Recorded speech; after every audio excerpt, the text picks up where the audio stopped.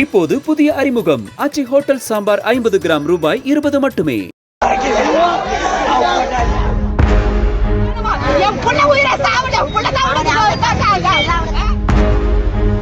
அப்ப வந்து பிளாக்மெயில் பண்ணி 3 லட்சம் ரூபாய் காசு வாங்கிக்கிறாங்க. கையிலே கொடுத்துருக்கான். அக்கௌண்ட்ல ஒரே டிரான்சாக்ஷன் கூட இல்ல சார். கையிலே கொடுத்துருக்கான். லாட்ஜில் இளம் பெண்ணுடன் இருந்த இளைஞர் சிக்கிய ஆந்தரங்க வீடியோ, பின்தொடர்ந்த பிளாக்மெயில், சிக்காத உண்மை குற்றவாளி, மரணத்தில் தொடரும் மர்மம் என கிரைம் த்ரில்லர் கதைகளையே மிஞ்சுகிறது இந்த உண்மை சம்பவம். அதுவும் காவல்துறையினரே சந்தேக வளையத்திற்குள் சிக்கியிருப்பதுதான் இச்சம்பவத்தில் ஏற்பட்டுள்ள திடீர் திருப்பம். 25 வயதேயான இளைஞர் புகழேந்தி வீட்டுக்கு வர தாமதமானது. இதனால் அவரது தந்தையின் ரைஸ் மில்லிற்கு சென்று பார்த்தபோதுதான் தூக்கில் பிணமாக தொங்கிக் கொண்டிருந்தார். பதறி துடித்த புகழேந்தியின் பெற்றோர் மற்றும் உறவினர்கள் தருமபுரி ஒகேனக்கல் சாலையில் அமர்ந்து மறியலில் ஈடுபட்டதோடு அவர்கள் வைத்திருந்த குற்றச்சாட்டுதான் அதிர்ச்சியை ஏற்படுத்தியது. புகழேந்தியிடம் தொடர்ந்து பணம் கேட்டு மிரட்டியதாகவும் அதனால்தான் அவர் தற்கொலை செய்து கொண்டுள்ளார் எனவும் குற்றம் சாட்டினர். அதுவும் பணம் கேட்டு பிளாக்மெயில் செய்ததாக எழுந்த குற்றச்சாட்டு போலீசார் மீதுதான். ஆனால் கைது செய்யப்பட்டதோ புகழேந்தியின் நண்பன் சதீஷ். நடந்தது என்ன? பணம் கேட்டு பிளாக்மெயில் செய்யும் அளவுக்கு புகழேந்தி செய்தது என்ன? காவல்துறைக்கும் இந்த மரணத்துக்கும் என்ன தொடர்பு? உயிருக்குயிரான நண்பன் கைது செய்யப்பட்டது ஏன் என விசாரிக்க ஆரம்பித்த போதுதான் பல்வேறு திடுக்கிடும் தகவல்கள் வெளிவர ஆரம்பித்துள்ளன.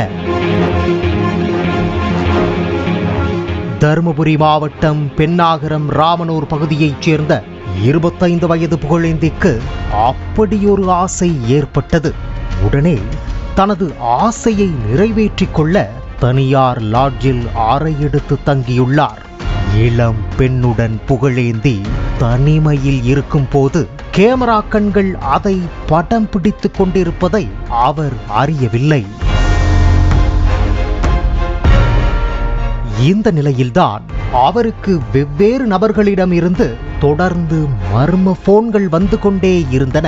புகழேந்தியிடம் பேசிய அந்த மர்ம கும்பல், நீ ஒரு பெண்ணோடு லாட்ஜில் இருக்கிற வீடியோ எங்க கிட்ட இருக்கு, ஒழுங்கா நாங்க கேட்கிற பணத்தை கொடுத்துடு என தொடர்ந்து மிரட்டியதாக கூறப்படுகிறது.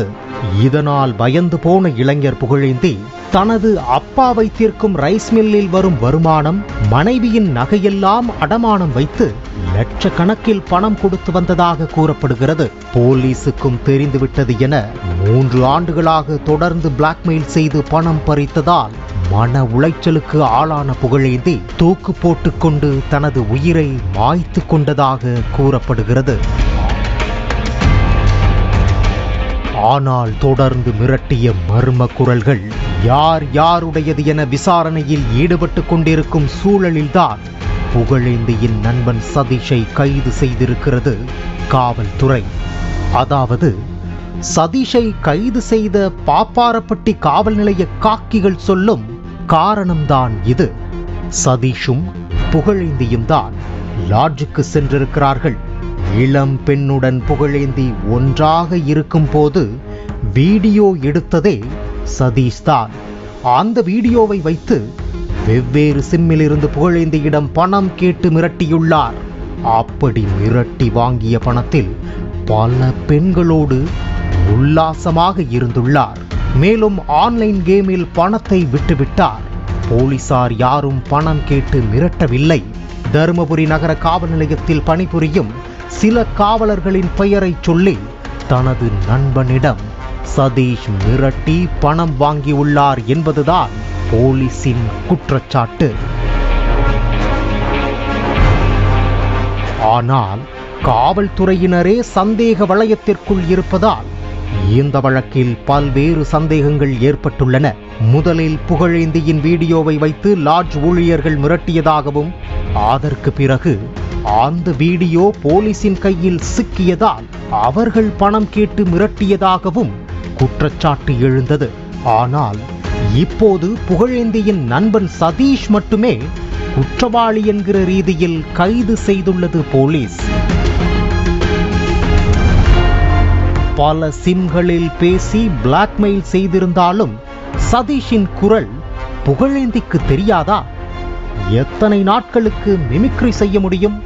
ஒருவேளை வேறு யாராவது வைத்து சதீஷ் பேசியிருந்தால் அந்த நபர் யார்? அவரை ஏன் கைது செய்யவில்லை? புகழேந்தி 7 லட்சம் ரூபாய் வரை பிளாக்மெயிலால் இழந்ததாக கூறப்படுகிறது. வங்கி கணக்கில் செலுத்தியதாகவும் கூறப்படுகிறது. அப்படி என்றால் யாருடைய அக்கவுண்டுக்கு பணம் போனது?